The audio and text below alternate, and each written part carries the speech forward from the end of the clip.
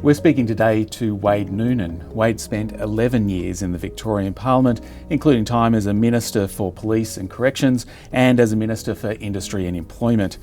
Since leaving Parliament in 2018, he's held a number of positions and has most recently been appointed as the Deputy Vice-Chancellor, External Relations and Partnerships here at Victoria University. Welcome, Wade. Bill, it's nice to be with you. Can we start with your political career first? So you held some pretty heavy portfolio responsibilities when you were a minister, and you've made no secret of the fact that that had quite an emotional impact on you. Do you think that the political culture in Australia needs to be reformed to take account of the fact that politicians are also human beings?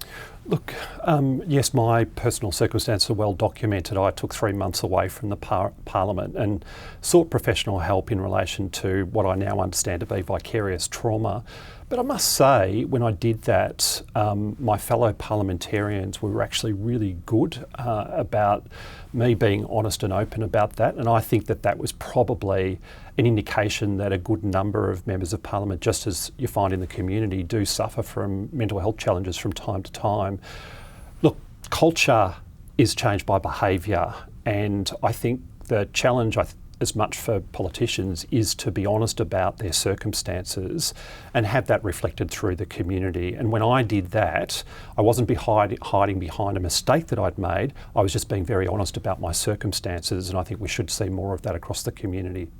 And did you see that in the community you got a positive response for that also? Look, it was quite remarkable. It was almost like a club exists out there in the community, because I had all sorts of different people coming up to me and identifying themselves as someone who has or was struggling with their mental health, and they just wanted to share that and also indicate that they thought what I did was a good thing. And I didn't feel in any way that I was being courageous in speaking. I thought I was just being honest about my circumstances. I think where we're at with these sorts of issues now is we can be much more honest, and we should be much more honest, because if you don't speak about these things in an honest way, the alternative is, for some people very drastically, they may even take their own life, and we just don't want to see that, whether it's in the Parliament or among our leaders in the community, or quite frankly anyone.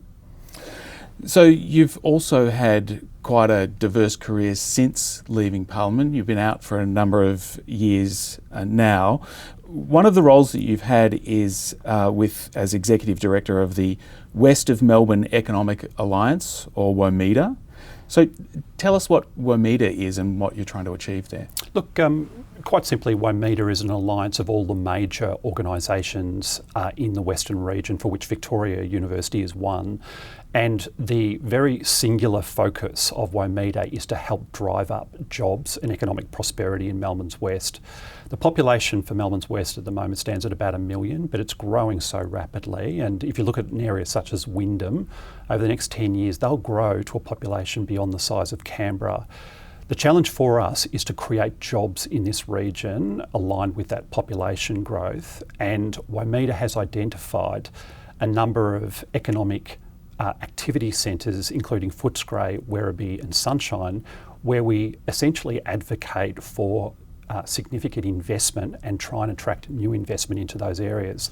So one of the really exciting things that's happened in more recent times is that the Victorian government are investing in the largest public hospital development right in central Footscray, which is across the road from Victoria University's Footscray Park campus.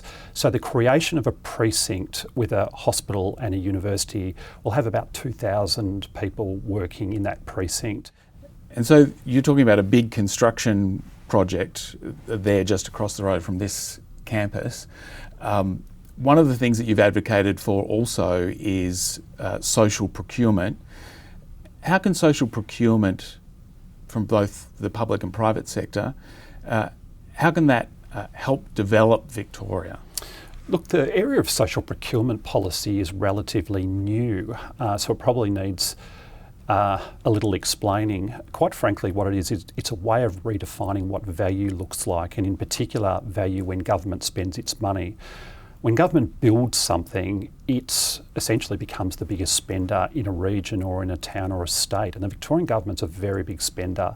So instead of just building something and operating a service, it's really about saying, what can we drive by way of a social outcome as part of the delivery and service requirements of that particular asset?